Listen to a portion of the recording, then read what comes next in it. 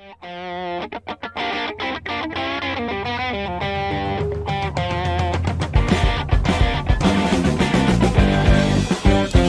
afternoon, everybody. Welcome to the TraderMerlin Show. It is your Tuesday edition, a very special Tuesday, by the way. Of course, you guys may know who the guest on the program is going to be today. Is going to be Mr. Jim Rogers. We'll get to that here in just a second. We're going to talk a lot about global markets. Let me give you a little bit of a heads up about how today's going to go. Obviously, you guys seen a lot of the meltdown go on in the crypto world. We're going to talk about that after I'm done with the Jim Rogers interview and the conversation there and maybe field some of your questions. Now, of course, my goal was to have him live on the program, but of course, he's on the other side of the world. Timing just didn't work out for a 2 p.m. appearance by him. So we did this one earlier.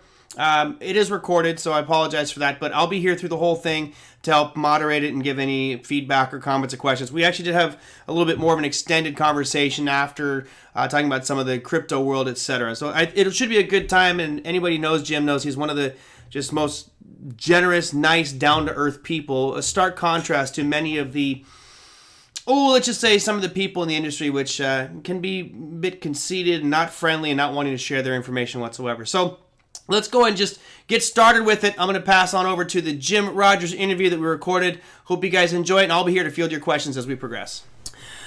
All right. We have a very special guest today. Obviously, we've got Jim Rogers on the line here. For those that might not know who he is, he's got a ton of experience in the financial markets, which we'll talk about a bit today. Obviously, we're going to encourage you to go check out his books, The Investment Biker and Adventure Capitalist, which really, to me, define what trading is all about. Let's make some money in these markets and go live our lives, because the only thing we know for sure is our lives are going to end at some point, so get the most experience you can along the way. Jim, thanks again for coming on the program. This is my second time interviewing you. It's always a pleasure. Well, it's my delight, Merlin. Well done. For the viewers out at home that are new to me, I'd love to start with 3 basic questions for you, so maybe we can establish a little bit about your background experience. And those 3 questions are, how long have you been trading? What asset classes do you trade? And what would you say is your time frame of trades?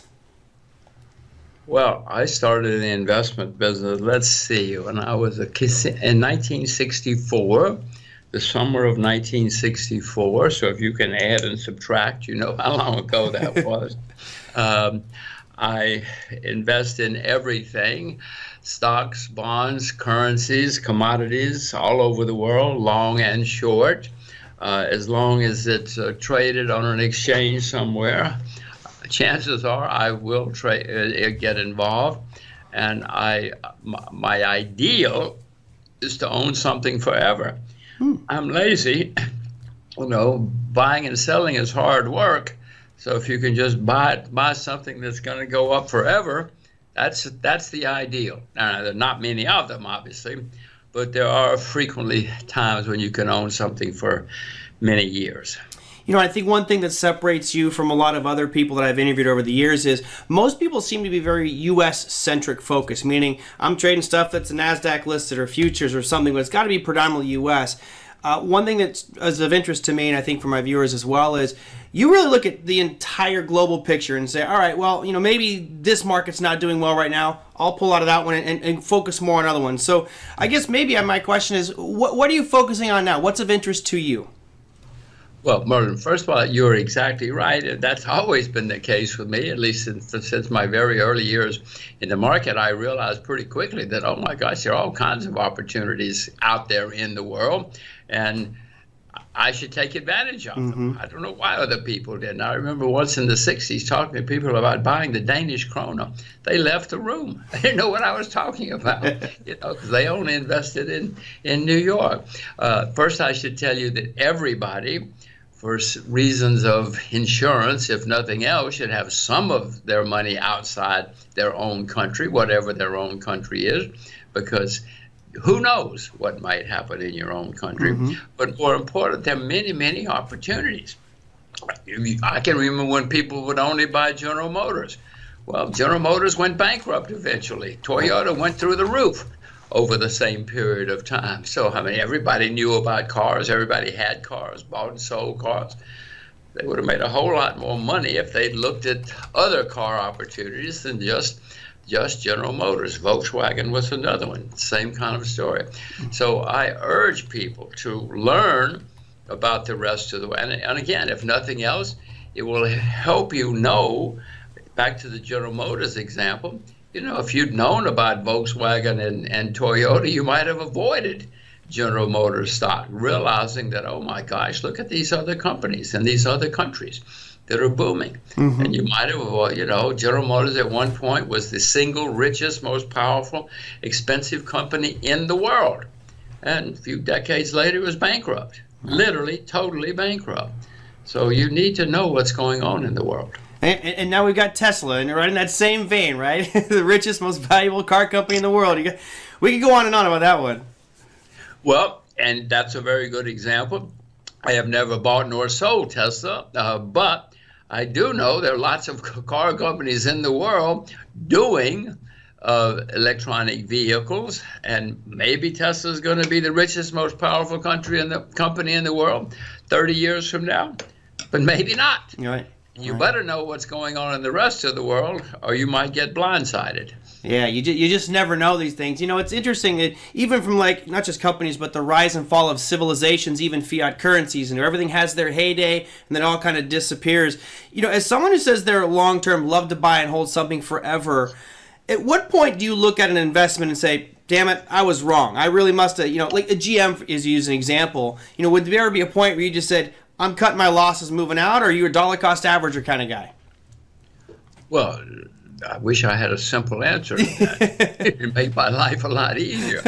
No, I usually, when I see things going wrong, I redouble my efforts. I look to see, okay, what am I missing? Am I missing something?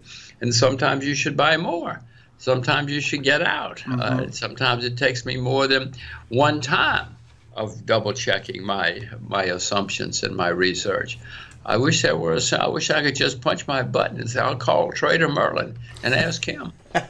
Well, you're welcome to call me anytime and ask me for my 2 cents.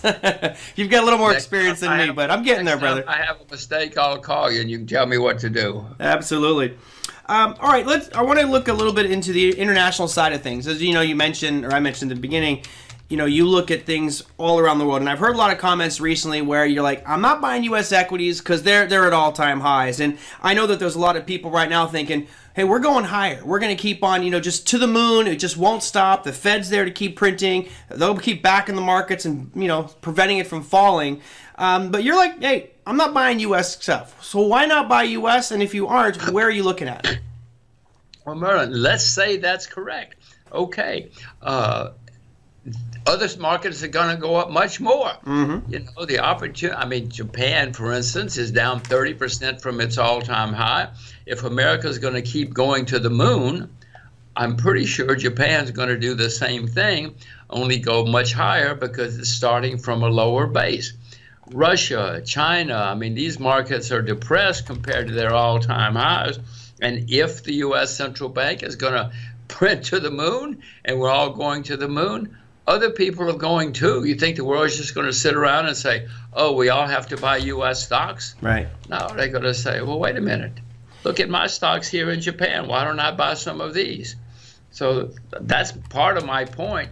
Why buy something at an all-time high when you might make a lot more money buying depressed things? No, and I certainly I agree with that. And it's just love the background on it because we are in a situation where there's a market mindset that you know very well that says, buy low, sell high. And obviously buying high and selling higher is just as good.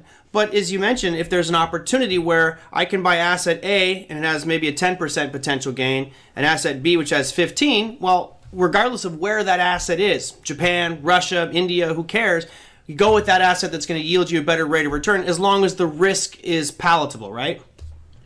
Well, I have to leave everybody's investing to themselves, but that's my view, yes. And maybe that's because I've always been looking at the whole world.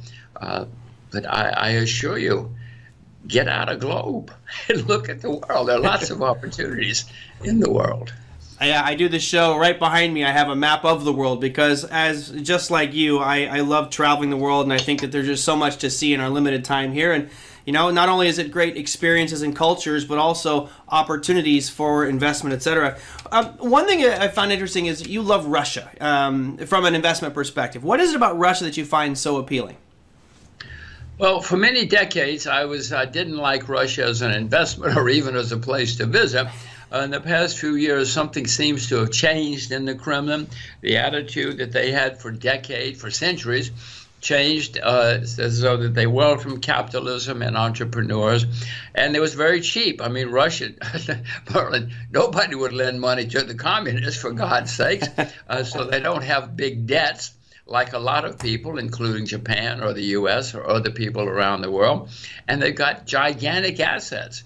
And since it's hated, everybody hates Russia, nearly everybody, so there may be opportunities there, and they've got gigantic assets with not much debt. Mm-hmm. Now, most of us are going to be, we'll just say, the retail guy. I know that you have spent many years on institutional side, so I'm sure you have great connections for these things. But for the retail person that's thinking, you know what, maybe I would like to get some exposure to Russia, what would you say would be the best way to go about looking into that market? I know that there's all kinds of exchange-traded funds, but do we go to the domestic market in Russia and open an account on exchange and buy there, or just keep it local? If you can't find Russia on your map, don't invest in Russia. If you don't know anything about Russia, don't invest in anything unless you yourself know a lot about it. Don't listen to somebody, even on TraderMerlin, about Russia if you don't know about it. But yes, a way to start, a simple way, is ETFs. And many studies have shown that index investing outperforms individual active investors most of the time. So, I mean, I use Russian ETFs. I also have Russian shares because I think I know a little about them. Mm-hmm. But a Russian ETF, and there are Russian ETFs that trade in the United States on the New York Stock Exchange. So it can be done. But there are also Russian shares that trade in Moscow, but they also trade in London and in New York and other countries.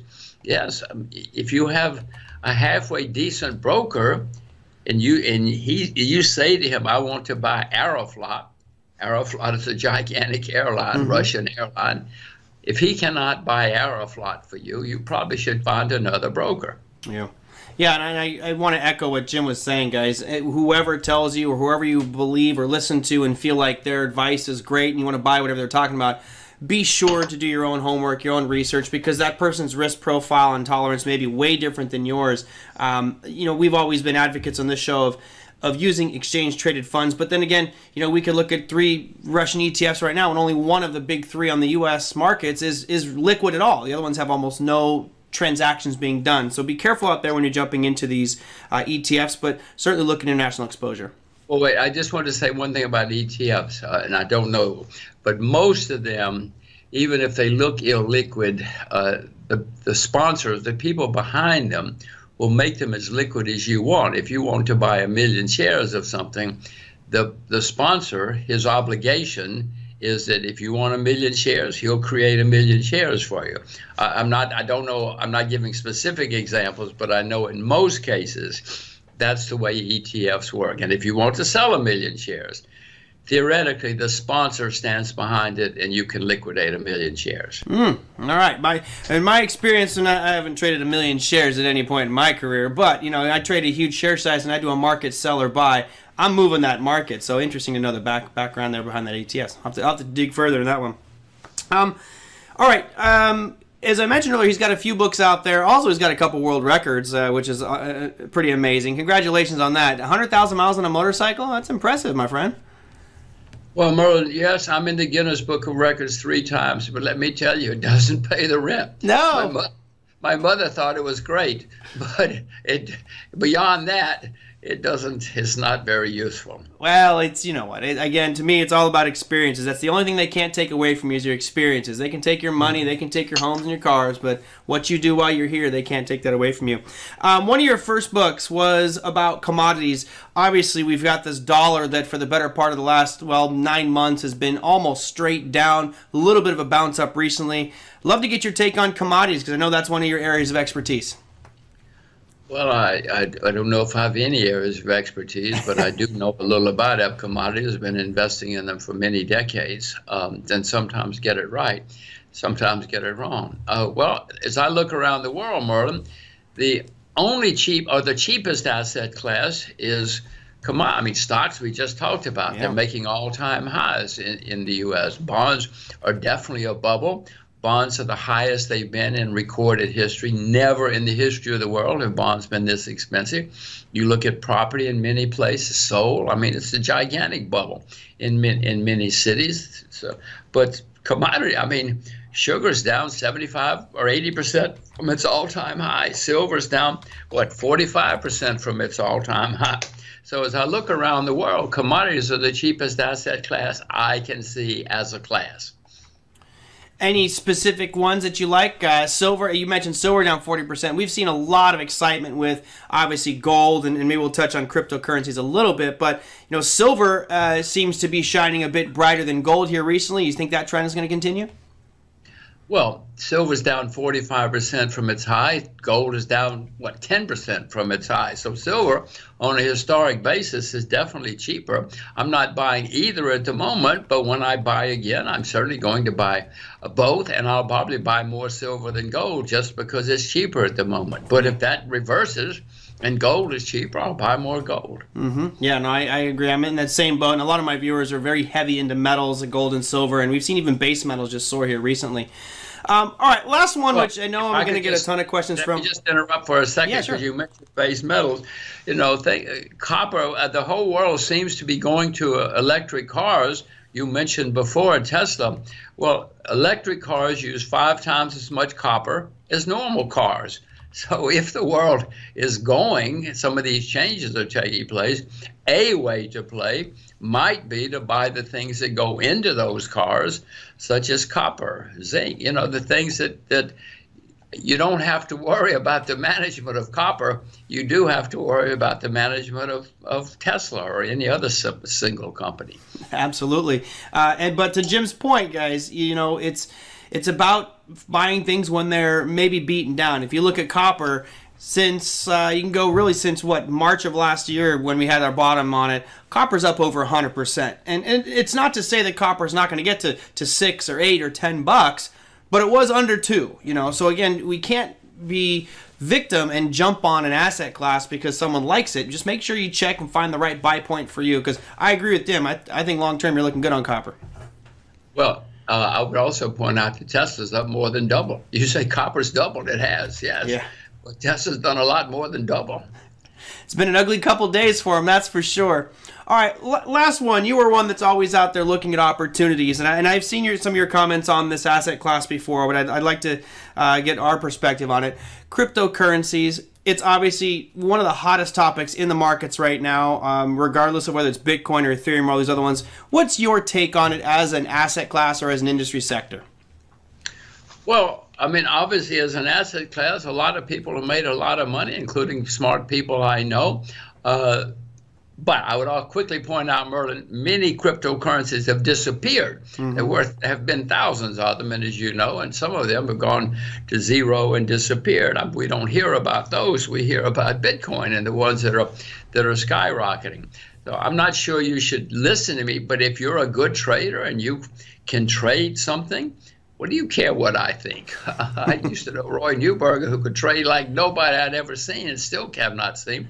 He could trade things and make huge amounts of money, even when he didn't know much. He was a great trader. Mm-hmm. He didn't know much about them, but he was a trader like nobody could trade them.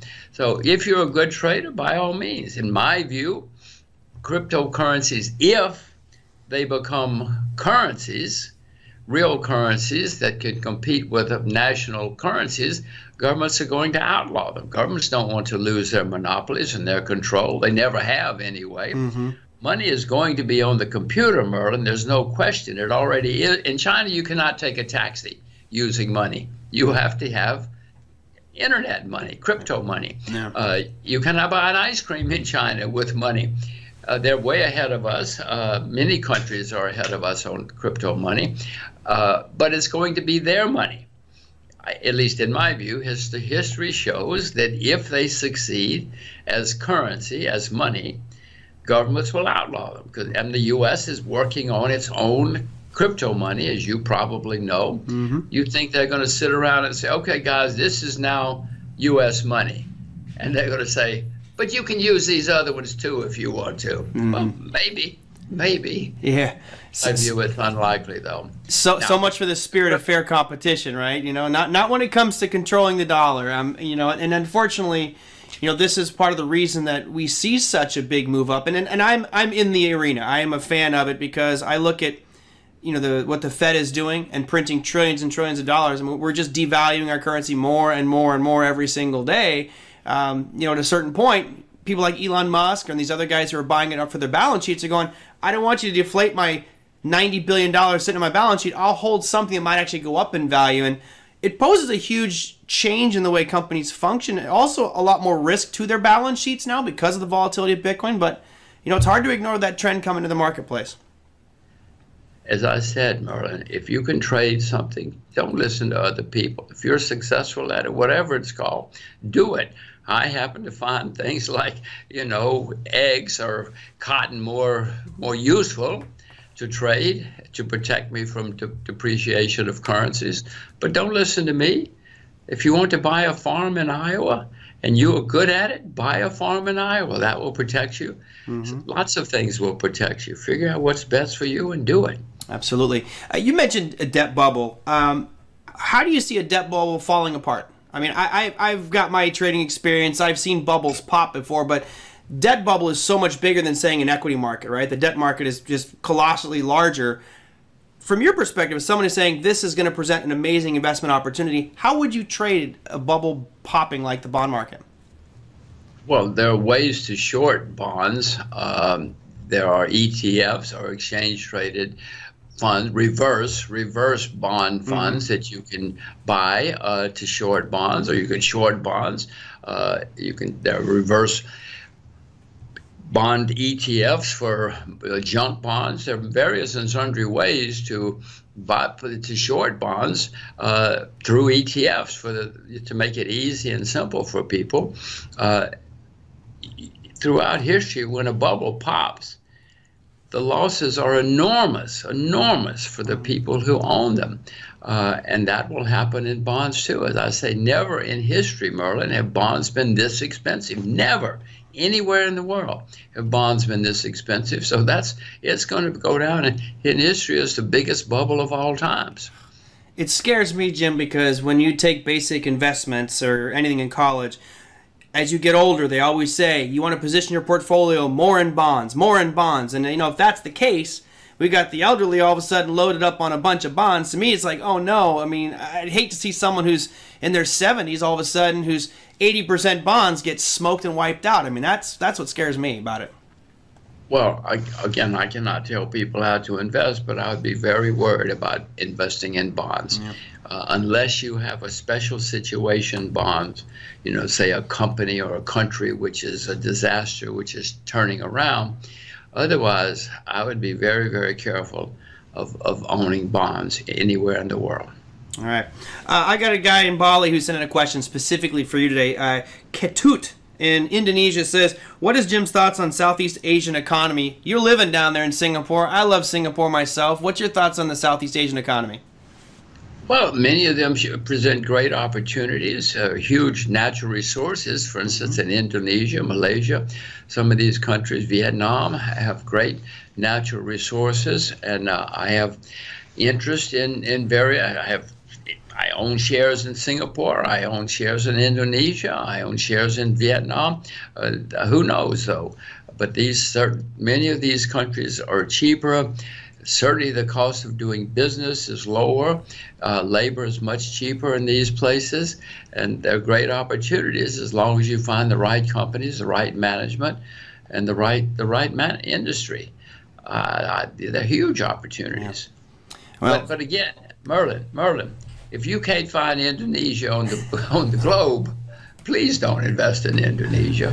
Yeah. You've seen it over the years too, where somebody hears something, they go ahead and buy something, and it's like, wait a minute, you didn't do any research or due diligence? Come on, you always got to do your homework on these things. Merlin, Indonesia is one of the largest countries in the world, and yet most Americans could not find it on the globe. So please, I repeat, I don't care where you are or who you are, don't invest unless you know what you're doing. Absolutely. Hey, Jim, thanks so much. I don't want to take any more of your time. I know you got a busy day ahead of you down there in Singapore. So thank you so much for coming on the program and sharing some thoughts about the markets. I look forward to doing it again sometime in the future. My pleasure, Merlin. Thank you. All right, take care. Bye-bye. Bye-bye.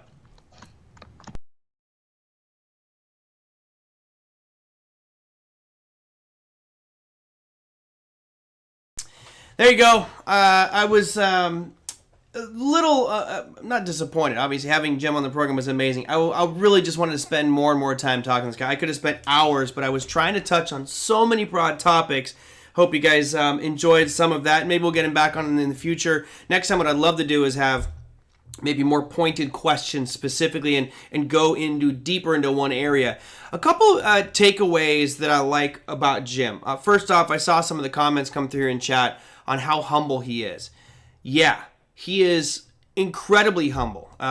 He is just one of the nicest people. When I first met him, I'm not a starstruck person. I don't get starstruck over any celebrity or something like that. But I actually had butterflies first time I met this guy, just because if you think of, at least when I think of what I want to achieve as a trader or as an investor, then he is it. I don't want to be an Ackman. I don't want to be a Buffett. I don't want to be a Soros.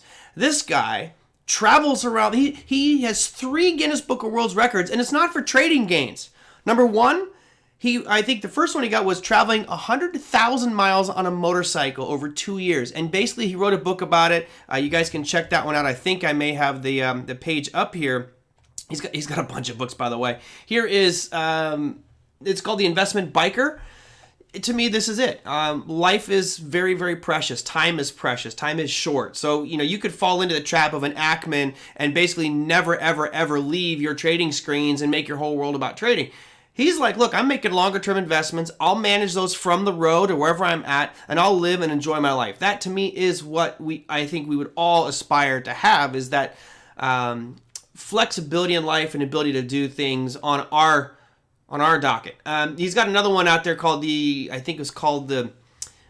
ultimate the vagabond investor. I'm seeing the venture capitalist. That's the second world record he had. He did pick one of the ugliest vehicles I've ever seen in my life. It's a little Mercedes SL Coupe that he had custom made with a trailer, where him and his wife just traveled around the world, 52 different countries. Phenomenal what he has done, not just with his trading, but him as a human being. So yes, he is great. I love that Jim is such a good person and so nice and come on the program. So yeah, first time I met him, he was doing interviews for some other big, very, very conservative radio shows, and I just went, would you mind coming on? He's like, I'd be happy to. So really great guy. I met 3 Guinness World Book of Records holder one summer. Yes. Hey, you know what? If you set a record for something, congrats. That's a pretty big feat.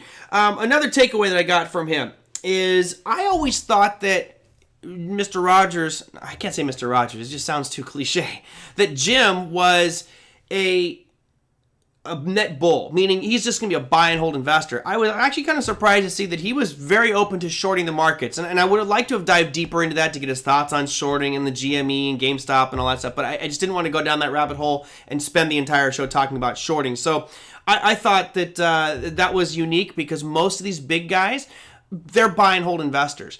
Now, you saw in there that I wanted to ask him about his discipline, because when he buys something and holds it, and he used GM as an example, my thought on that is, well, some of these assets are not going to go up all the time, right? There will be periods where they fall out of vogue, and that definitely happened to General Motors. It cratered and almost went bankrupt. Where do you get out? And I do like the fact that he says, look, I'll reevaluate a position. If I need to get out, I get out. There are some guys who will just continue to add to it. And again, this is where we have to kind of come up with our own specific rules for how we handle those types of things. I, for one, am a fan of always using a stop loss, because I've had trades where literally one trade can completely wipe out your entire account. Let's see. What else? Okanola, you said in a really good one. You said Russian ETFs. Yeah, 3 years ago was when I did the first interview, 2 or 3 years ago, and he was very bullish on Russia. He was very bullish on India and Japan. And surprisingly, not so much the U.S. Of course, we could look in hindsight and say, wow, he was wrong. U.S. rallied significantly. But if you look at his career, a lot of people like to point out that Jim was wrong about a lot of things. Bottom line is, you can look at his bank account and his experience and say, I don't care how wrong he is, he's clearly right more than he's wrong with regards to his investments. So he's, for the most part, bearish on the U.S. right now, at least from the equity perspective. I thought that was kind of unique. Now, as far as those Russian ETFs, let me show you a couple here. Just because I did a little bit of research before the show, you could go out and type in some different companies. I did see there was a comment that came through about OZON, which is a Russian e-commerce site, and I forgot the gentleman that sent that one in. That's obviously one, right? OZON. Here's a company that you could be buying into. I'd be careful. You see, this chart looks absolutely nuts. For me, Jim Rogers, I believe, has way more experience and connections in the financial markets than you or I do. No offense, but I think that we would all agree that he's probably more connected than all of us. So my guess is he has access to information about specific Russian companies that you and I just simply don't have, or probably will ever have. Unfortunately, I wish I did, but I'm not going to make those kind of connections. I'm not really a social networking kind of guy. So I would look at Russian ETFs. The big one out there, Okanola, is RSX. RSX is the big one that's the most liquid in the US. So, this VanEck Russian ETF, again, if you're thinking about buying these, you might want to dig in and see what exactly this ETF is comprised of. You can very quickly just type in RSX Holdings and go search for that. And there might be companies in there that you want exposure to or that you don't want exposure to. This is one of the only ones that actually has high average volume. You see 4.8 million shares traded per day. Here's another one, ERUS, which doesn't have a lot of volume, 177,000 shares traded per day. Another one is RUSL, right? This one is even more thinly traded at only 140,000 shares traded per day. So this is actually a double bullish one. So really you're looking at RSX. There's also RSXJ, which is junior. We'll just call them small caps, RSXJ. And there is another ETF. So these are ways that you could get into the market. Obviously, this RSXJ has almost nothing traded per day. The only thing that I questioned from Jim on that was he said that the fund managers, so those who have ETFs, if you wanted to buy 1 million shares, that they're going to create more shares. And that might be true, but I'm pretty sure if you did a market buy for 1 million shares right now on any ETF I just showed you, you are going to absolutely crater that security. It's gonna crush. Why? Because those shares aren't available that second you buy the button. So I'm not exactly sure that conversation. I think we need to have a little bit deeper dive into the mechanics of ETFs, because I'm pretty sure you're going to move the market with that one. What else? Oh, Brendan, I wanted to specifically ask him a couple things for Brendan and Big Eb here today, and Tom, because I know you guys are bullish on metals and crypto. I definitely liked his opinions on metals. He said he wasn't buying silver and gold right now, which I thought was interesting. The pattern on silver to me looks like it's building strength. But overall, he is very bullish on commodities. One of the biggest things he has been talking about on other networks has been agriculture. He thinks that agriculture will replace banks and financial firms because that's where the money will be going. I thought that was rather interesting as well. Now, there's a question that came up through here. It was asking about how do you short that bond market? What are some specific ETFs? There are a few. The one that comes off to mind right away is TBT. This is the ultra shorts. This is going to be a double short bonds. And you can see it's actually been performing pretty well. But this one has decent liquidity, 2.5 million shares. That's just one option. I think there's another one out there, TBF. I don't have them all off the top of my head. I didn't really dig deep into that. But here's TBF, is another pro shares short. So this is another double short of TLT. So it's just basically the opposite of TLT. But there are other areas you could get into. But look, inverse bond funds. The key here for me anyway is making sure that they have the liquidity. Because if you're going to be buying 1,000 shares of something, you want to make sure it has the liquidity in place to absorb that. All right, what else do I got? V, all right. This sounds almost like it was an antagonistic comment, but I'll read it out loud. One quick question. How many times do you take a doctor's recommendation medicine only after your research? We aren't experts here. If we were, we wouldn't be on YouTube. I don't know about that. I think that there's a lot of experts on YouTube. Now, the recommendation, I don't think that Jim gave us any recommendations. He says, so don't keep telling us do your own research. We can, but it hasn't helped. Well, the only reason I'm saying that, V, is from a compliance perspective, because a lot of people may listen to what Jim says and say, hey, this guy is very wealthy. He's one of the more successful in the financial markets, and he says he's bullish on agriculture. Great, I'm going to go buy all the agriculture. Or I'm bullish on Russia, I'm going to buy all Russia. he may say that right now that he's bullish on it, but I don't know his portfolio position. Meaning, I don't know if he's in right now, if he's waiting for pullbacks, if he's unloading positions right now. That's stuff we don't know. So I always put the asterisk there of make sure you guys do your homework and figure out what fits your plan. So if you are going to buy Russia, which, you look at the chart here on that RSX, does Russia's ETF here look like we should be buying it? Honestly, yeah. It does, but I would probably wait for a little bit of a deeper pullback here on RSX. So again, if we like something or we are intrigued by a comment that's made by any one of my guests or even by me, make sure that you take that information, understand that it's anecdotal, it's our opinions about something, and if you like the suggestion, then maybe you jump on it. But you've got to have your plan in place, because if you told me that you're going to just buy Russia's ETF because you thought Jim was bullish on Russia, but you didn't put a stop loss in or price targets or anything like that, then I'd say you're being foolish out there and you're just basically looking for someone to tell you what to buy. So there you go. What else do I got here? Jim Rogers usually gets the direction right. His only fault is he gets in too early. Correct. He has been, I don't say ridiculed, but if you go and look up Jim Rogers' name sometimes, you see a lot of people just slamming him because he's been very bearish on the markets. Yeah. Well, he has been bearish on the market, so he'll go find another opportunity somewhere else. And if he was wrong on that one specific market, most likely he was doing okay in another market. So I have no problem with the guy. I think I'm pretty happy with what he has done. And I obviously, in hindsight, if I could look at the end of my career and look back, I would definitely want to have a career like Mr. Rogers. Won't you be my neighbor? All right, what else? Only double there. Tom, you wanted triples? There might be some triples out there. All right, any other comments or questions about the Rogers interview? And I'll move on to something else. I wanted to make sure I got through some of the high points for me, some of the talk points as well. One thing that I thought was interesting, and I didn't quite get the question the way I wanted, was one thing he likes to say is he says he likes despair, right? He likes despair, meaning pain in the markets. And I'm looking across the market right now going, where's the despair?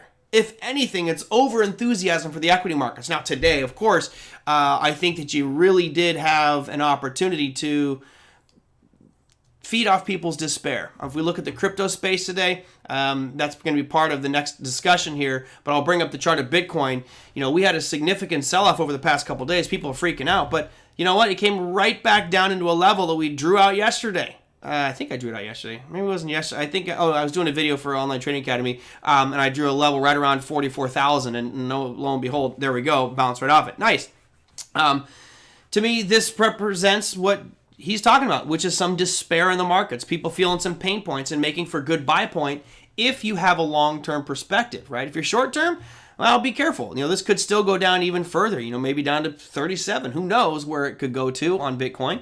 But I, for one, did buy back in today. 1450 was my mark, and I'm feeling pretty good about that because Big Eb and Brendan were giving me a hard time. I think also Tom was as well when Ethereum hit 2,000. And I told you I got it at 1727. I was like, well, you know what? It is what it is. So I held. I waited and waited and waited. Bought back in at 1450. So in the long run, guys, I did okay on that trade. Not almost saved myself $300 per coin on that one. That will help in the losses for today. All right, let me go into some listener questions here. I have a few I want to get to before we get too off topic here. This one came in from Dan. He says, Yellen doesn't like Bitcoin and badmouthed it once again. With Bitcoin dropping big, are you buying this dip or waiting for a deeper bottom? Like to hear your thoughts on what's going on with Bitcoin, Yellen, and Elon Musk. With his comments, is $100,000 outlook for this year still attainable? Okay. There's a lot that you have in there. And the first one that I want to get to is obviously Janet Yellen. And this piggybacks right in the conversation I just had with Jim Rogers, which you heard him say he's not holding any crypto. And then he proceeded to go on, and I know that in my mind I was like, well, you're missing out, dude. But his comment I thought was perfect. He says, look, if you have a currency or a digital asset that's going to compete mano a mano with the dollar and that becomes accepted, the Fed is going to do whatever they can to shut it down, whether that means making it illegal to transact in these things or what have you. I think that that's kind of what Janet Yellen was hinting at today. They are threatened. I think there's no mystery that they're feeling threatened by Bitcoin. And that's part of the reason you saw it sell off. So, Yellen, of course, that's going to be the Fed's talk track is cryptocurrencies are a threat. I don't believe that they're a threat, but of course, when you have a monopoly, you're going to do whatever you can to prevent someone from infringing on that monopoly. And right now, the Fed, Treasury, they have the monopoly on money, and all these new entrants are a threat. So I think Jim was right there. I just think that at some point there will be almost a symbiotic relationship. The Fed will have their own digital coins, and cryptocurrencies will exist in our marketplace. I think it will be you'll see both of them. Now, the other side of this is this. Elon Musk, right? Elon Musk tweeted out on Saturday that he thought the prices of both Bitcoin and Ethereum seem high. He tweeted that out. Now, let me ask everybody here. Does everybody remember the last time that Elon Musk said that something, a particular stock maybe named Tesla, you guys remember when he said that Tesla was too high? And all the TV announcers and pundits are scratching their head going, what in the hell are you doing? You just told the world that your shares are too high. It dropped like 20%. You guys remember that? Hey, let me show you the tweet. I went and I dug up the tweet for you guys. Oops, there's the tweet. That was back on May 1st of 2020. May 1st, he said, Tesla's stock price is too high in my opinion. I can tell you, if I was a Tesla shareholder, I would be pissed.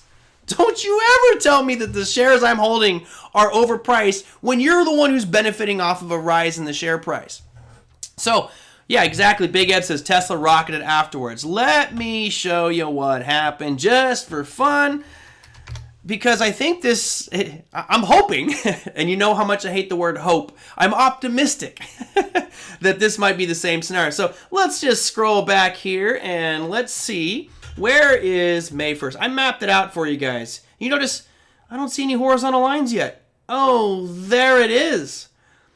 You guys can see right here, when it was at $171.04, Elon Musk tweeted out that he thought that Tesla was a bit high in his opinion. It proceeded to drop 18% over the next 2 trading sessions, and since that moment in time that he made that tweet, it rallied significantly. And I will just to the tune, just to entertain the masses, as I like to do here on the show, I will put it from where he tweeted that out to its peak. Tesla, from the time he said it was overpriced, has risen 541%. Well, to me, I'm kind of hoping that happens again, because if he thinks that Bitcoin and Ethereum are high, just like he thought Tesla's share prices were high, well, then maybe we'll see another big leg up. Maybe this is just the opportunity for Elon Musk and others to buy back into the crypto space. Noteworthy today, I know you guys may have seen this, but Square, who's also been taking payments in cryptocurrencies, added a huge amount to their position as well. So now you've got Elon Musk and Tesla buying Bitcoin and cryptocurrencies. You have MicroStrategy, you have Twitter, you have Square, Overstock, right? All of a sudden now we're seeing so much more being put on balance sheets with regards to cryptos. To me, this does present a buying opportunity. And that was one of the original question that came in here from Dan was, did I buy more Bitcoin? No, I didn't buy more Bitcoin. My initial capital outlay that I put into crypto is max. I don't want to put any more into it. I feel like I have more than enough in the crypto sphere. However, I am allocating and trying to time these markets better. Part of me was actually thinking about selling Bitcoin a couple days ago, and I went, no, I'll just keep it. So, because I thought we'd have a pullback, and we have. We've had a pretty substantial one. It could go even lower. That's there you go. I mean, we could potentially go even lower on these crypto assets, but I feel like buying back in at $14.50 was okay for me, given the fact I dumped my Ethereum at $17.28. So I'll hopefully be timing those markets like that the whole move. Elon announced, exactly, he did announce a Bitcoin sale of 20%, right? It was pretty market timing perfectly. All right, what else do I got? Elon Second Truth, overpriced, but still hanging on to my FNGU. Got the triple long, all right. Was he being sarcastic and poking the shorts? Who knows? Alex, who the hell knows what Elon Musk does? What we do know is it creates huge waves out there. So if he says Bitcoin's overpriced, even though he might think it's actually very, very cheap, it's still gonna take a big dive because retail investors, the sheeple, if you will, are hinging on that Twitter handle. I mean, honestly, set an alert and whatever he says, buy or sell. If you have direct access and you can beat someone to execute an order, you're probably going to do okay just buying and selling what he pumps and dumps on his Twitter feed. Yeah. Visa Square fell 5%. Let me show you the earnings announcement for Square just so I can show you that one, and I'm going to wrap up here. Here is the earnings announcement today for Square. Now, Square actually reported better than expected earnings, right? They came out at 32 cents versus 23, so that's a 39% surprise. Great for Square, but they were beaten down to the tune of 5%. Now, I'll bring up the chart here so we can look at Square. You know, the interesting thing about these securities that are now going to be holding digital assets like crypto on their balance sheets, it brings in a whole new element of risk. And I think that's a little bit tricky because you look at Square and say, great, their earnings are good, but because Bitcoin dropped so much today, my guess is that that's partially why you saw it gap down. I mean, those earnings were great, and I think the optimism for what Square is doing is great going forward, but they got hurt because of Bitcoin. I believe that this is predominantly because of Bitcoin's action. And take a look at MicroStrategy, right? Remember, MicroStrategy's been the one leading the charge here in buying Bitcoin. Look at their share price, right? I mean, it's down almost 50% in the last 2 weeks. Of course, it's had one of the most unbelievable rallies up because they've been acquiring so much Bitcoin. So, you know, it's interesting when you look at a company's fundamentals. Normally it's the balance sheets, it's cash, it's investments. This whole new crypto addition to balance sheets is creating massive waves out there. Now, Tesla falling right back down in that area of demand. We kind of mapped that one. I think we mapped that one out on this show, maybe not on the other one I was doing, but you had a pretty significant drop right into an area where that rally started back in December. Nice sell-off there. Good buy point if you're thinking about adding into some Tesla positions here. So, you know, these are all, to me, Bitcoin based. And ultimately, I think in the long run, you will see the Bitcoin move back up. All right. Before today, Tesla's earned more profit on its Yes, isn't that crazy? I don't know the actual numbers, but it wouldn't surprise me, Big Ab.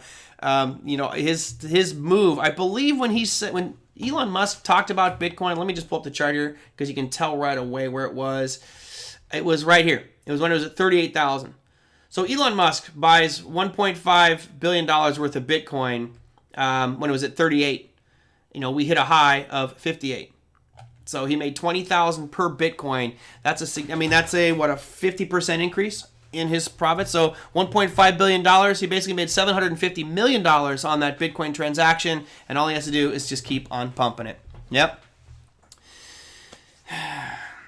I agree, Jerry. You can't ignore it. I mean, when you pour that much money into it, and you're basically what they're doing is they're removing it from supply. Remember, it's all about supply and demand. And as Tesla buys $1.5 billion and puts it on their books, that's no longer traded, right? So you remove that from supply. As Brendan says here, most Bitcoin is held, not circulating, and supply is getting more and more scarce as these firms do that. So to me, the question that said, is $100,000 Bitcoin attainable? Absolutely. You know, I did a video here which just simply talks about the math behind why Bitcoin, I believed, this is I think a year ago, that it would be $100,000 by the end of 2022, excuse me. By December of 2022, we'd see it at 100,000. I didn't expect it to be this stellar of a move up over the past 6 months. I mean, I could be wrong by a couple of years, but I'm pretty sure I'm going to be right that it'll hit that 100,000, and it's probably going to do it rather quickly. Brendan says, I'm betting that Bitcoin will wind up at 250. Would not surprise me. But 250 by when? 250 by when? You know, by the end of the year? I certainly hope so, because that would bode well for my Bitcoin holdings. All right. What else? I see any other quick questions that came through here. Any specific stocks you found interesting with dip opportunities today? Not really, V. I didn't have really wasn't focusing on the equity markets today, other than some of the stuff that's been impacted by cryptos. On Friday's show, I've received a bunch of questions from you guys. A lot of really like multi-part ones. One sent in a whole page of just simply Bitcoin and cryptocurrency questions. Now, obviously, Friday I don't have a guest, so I'm going to do my best to cover as much of that on Friday's show. There's a ton for me to talk about, so. We'll do my best to get to all those questions. And again, you guys can always send in comments and questions at TraderMerlin@gmail.com, whether it's good or bad about the show. Obviously, we love the support and want to make the show better. So if you like it, you can always give me a thumbs up or subscribe to the channel, because I see I got some new people here today. Other than that, I will get to as many questions as I can on Friday's show. All right, Rob says, Vanguard's VDE, are you buying into the energy story? I've been bullish on energy, specifically XLE. I don't know about the Vanguard Energy ETF, but generally XLE is the one that I trade. VDE looks it has room to run, but got burned by energy in the past. Well, here's the chart of VDE. I'm starting on a weekly time frame here. One of the big things that we see with energy, especially this ETF in particular, is that trend clearly has broken over the past 2 days, right? You're looking at this high going back into April or May. That's actually June 12th on a weekly. We now have a close above that last week. So to me, that's very optimistic. I would expect there to be a retest, so a little bit of a pullback as a buying opportunity, but it's still just trucking up. It looks good. XLE is the one I trade a bit more. It's the same picture. Right, you just have a lot more liquidity, much more volume on that, Rob. So totally up to whoever wants to, pick whichever one you like. But I will be looking at XLE because of the liquidity out there and the options on it. You're not going to get good option pricing on VDE, but I do sell puts on XLE on a monthly basis to generate income there, and it's been pretty good lately. You look at where it's headed. Well, I think it's pretty clear on the weekly that you're headed somewhere up to right around $54 on XLE. I think you got some pretty good targets up there, but that's a long ways away. That's almost $7 away from current price. Is that $8? And yeah, I call it $6. $6 away from current price. That's plenty of opportunity. That's over 10% gain.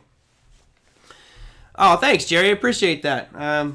I'd like to think that the podcast will ultimately grow. I actually was thinking about getting paying someone to help me grow and market the show, since I don't really do much marketing at all. But hopefully we can continue to grow the show. Ultimately, it'd be great to get to the point where I actually make a couple of bucks on this, because it'd be fun to get paid to do this. Even better.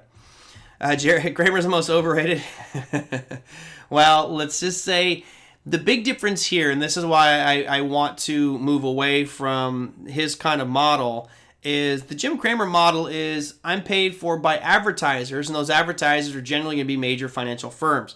I am also, in Jim Cramer's case, former Goldman employee, tons of connections in the industry. He's already done a video about market manipulation and talking about how when you're a hedge fund, you call up the bozo at the Wall Street Journal. That's his exact quote. You call the bozo at the Wall Street Journal and you feed him some fake story. So basically what he does is he's utilizing his fame and his status and power not only to benefit himself, of course it's a charitable trust, right?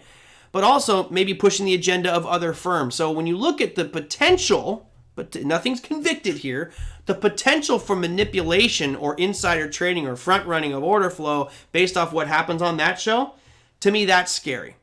I'm transparent. I will tell you exactly what I'm in. I will tell you if I bring up a symbol, I'll tell you exactly if I'm in it, where I'm going to get out, etc. And to me, that's much better. I do not have anybody coming on the show telling me what I need to push or an agenda that I need to push, whether it's an advertiser or anything else. And if I do get advertisers, I'm still going to be the same way I am ultimately. Yeah, if you haven't read it, just read the... It's called Market Manip. Just type in Jim Cramer Market Manipulation on YouTube. If you are new to the markets, it will completely change your perspective on information that you see on Yahoo, on Google, any news-driven event. And we all know that the news is just totally screwed up right now.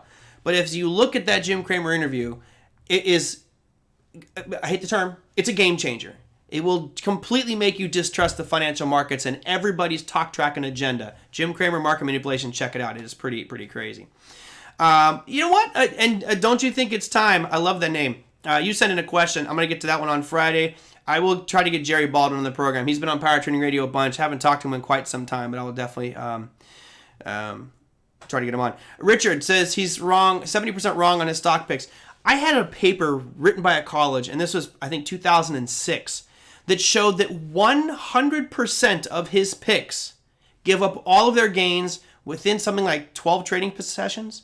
So basically you can short anything he says buy on. Short anything, buy. Pounds the table, says buy. Just simply short it. And in 12 days, 100% will give back all those gains. That to me is tradable statistics. Now that was obviously many moons ago, but why does that phenomenon happen? Because retail traders are watching his show going, what's he saying to buy? I bought it. Without even doing research, because apparently Jim Cramer is the best best in the world at analysis, right? All right. My thoughts on WTI? Bullish. In the long run, I'm bullish. I'll bring up just crude oil right now. I'm still bullish on it. Here is the daily. You guys are going to get me to do an hour show again. That wasn't supposed to happen today. Here is crude. Now, we actually had this 2-day sell-off, which was very predictable, right? We came right up to an area of supply on crude oil, and I actually thought we were going to sell off.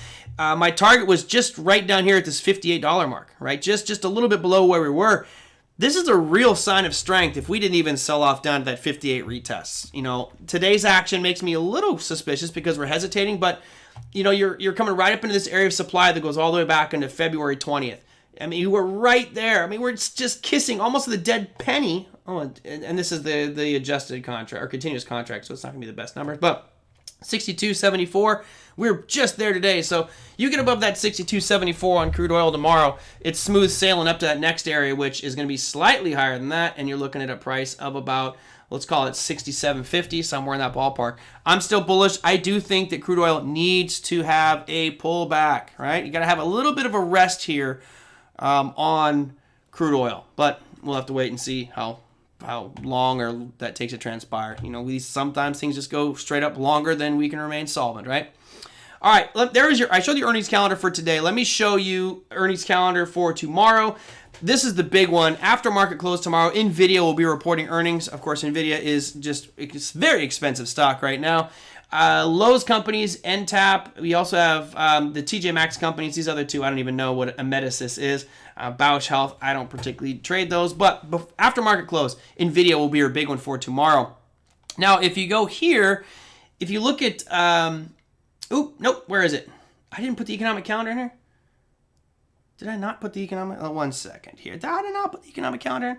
Oh, I have all these questions and everything I've built into one. There it is. Here's your economic calendar for tomorrow. So there's a question about crude oil inventories. That is actually coming out tomorrow.